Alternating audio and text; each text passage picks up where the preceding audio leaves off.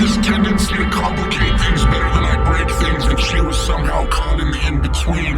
And forever means forever, and that's what it'll always mean. And life is reality, except for when it's a dream. And those are the moments that I can't seem to think, but I make sense of my mess by making sense of her and me.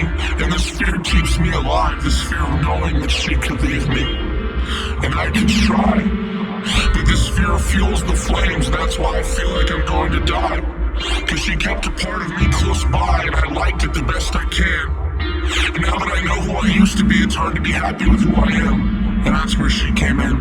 A half-baked smile and the love to pretend, but prior to then love was nothing more to me than a vacation, a vacant motivation to avoid the means it takes to reach any real end, a sense of salvation, but also an element of bitter hope to cope with the rope that was tied around my neck. And the savior I hoped for was chased away way back then when I found vices to take the place of all the things I wanted to be. And I lost sight of me, but I was told I could be anybody. And I thought I could find purpose in loving someone who looks like me.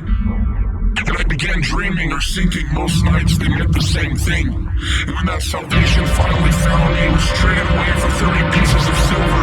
Seems like that's not too much, I guess, but I sold my savior for a whole lot less. My two best friends' acceptance and a mirage of fake happiness. And now the words I used to cling to as my refuge now torture me in my head. Forgive them, Father, they know not what they do. It's funny cause it seems like I did every time I lied to you. And that's my only truth. That I can't sleep at night and I can't get these things right. And salvation escaped when she came into view.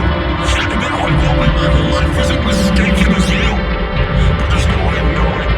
But all I'm doing is coping with my own pride. And then my past would fight with me, hoping I would find truth. But it's never a good idea to start a fight with a man who has nothing to lose. And I'm empty. My heart is caving in.